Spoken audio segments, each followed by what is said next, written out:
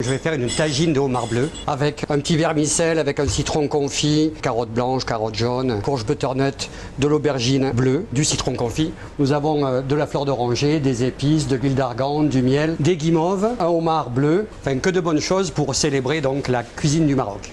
On va commencer par cuire le homard. On va raidir sa queue pour qu'il soit bien droit dans un four à vapeur à 85 degrés pendant 6 minutes. Un demi-oignon doux des Cévennes, ciselé très fin. Celui-ci a l'avantage d'être déjà naturellement sucré. Donc mes oignons sont en train de confire.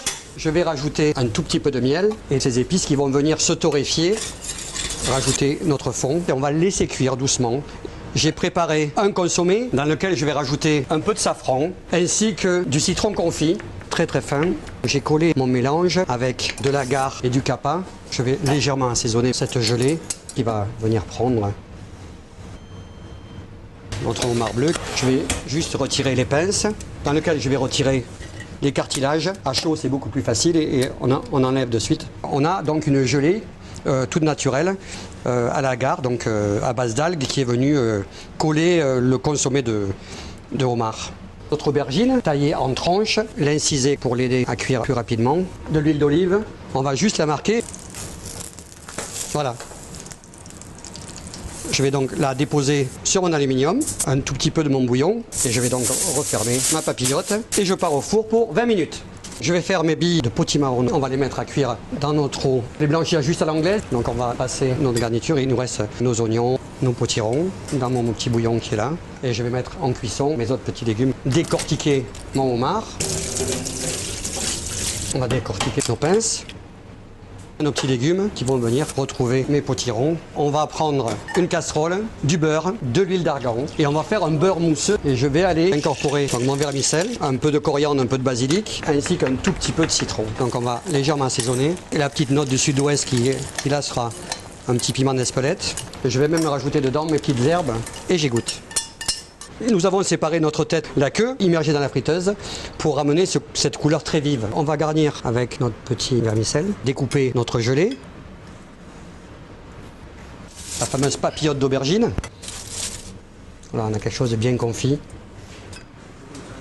On va égoutter nos légumes, on va mettre dedans mes petites fèvettes et 2-3 raisins. Je vais rôtir mon homard avec un petit peu de beurre. Je vais rajouter une pince. Donc on va illustrer tous nos éléments, là. Notre homard qui va venir se poser ici sur notre aubergine. Là je vais déposer mes différents légumes, un petit chutney de fèvettes et de raisins, une gousse d'ail noir, ma pince de homard, un petit zeste et je vais légèrement arroser mon homard. Et je vais rajouter cette petite bille d'argan qui est insérée dans un sucre que je vais venir déposer sur mon homard. Un tout petit peu de fleur de sel. Il ne pouvait pas y avoir une cuisine marocaine sans un marshmallow, un chamallow, une guimauve. Nous avons un marshmallow au citron, à la harissa et à la cannelle. Nous avons décidé de faire une poire pochée au safran, de faire des pastillas donc, aux épices avec notre feuille de brique.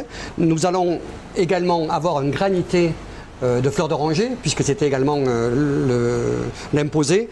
Nous avons mélangé ça avec une mousse de caramélia.